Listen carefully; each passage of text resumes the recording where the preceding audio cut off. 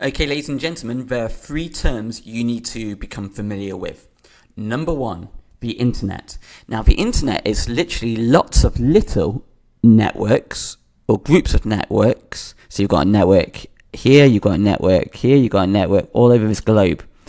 And all these networks are connected to other networks all over the world.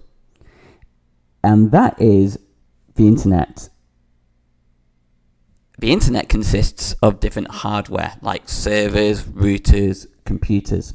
So, what is the internet? The internet is a huge group of networks joined together.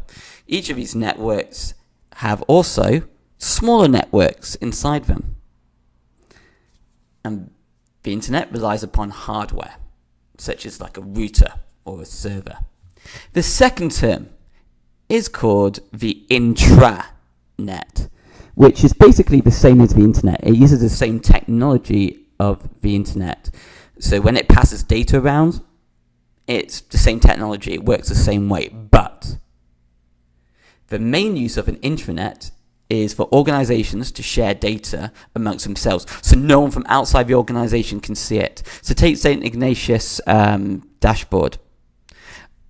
Only people who work at or go to St. Ignatius can have access to this. This is the intranet. It's a way for organizations to share data, but keep it protected from the outside world. And it uses the same technology, so this is a website, as the internet. The final term is the extranet. So, how does that work? Well, it's quite simple. The intranet is just for employees or people who go to St. Ignatius School. The extranet is the same as the intranet, but it allows other stakeholders to have access as well. So let me give you an example of a business who might have this.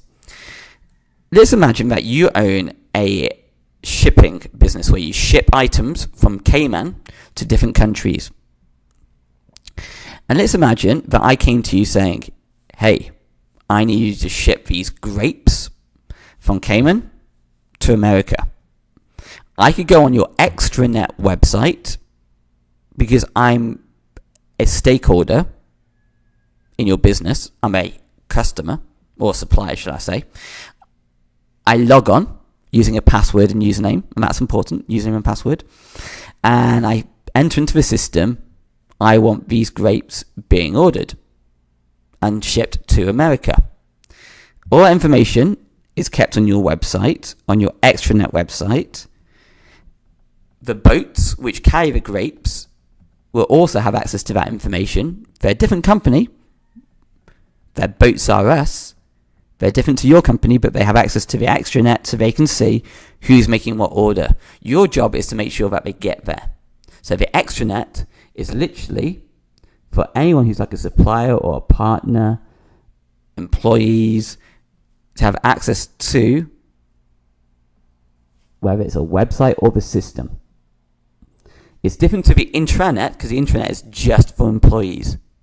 The extranet is for anyone who's a stakeholder, who's got an interest in the business.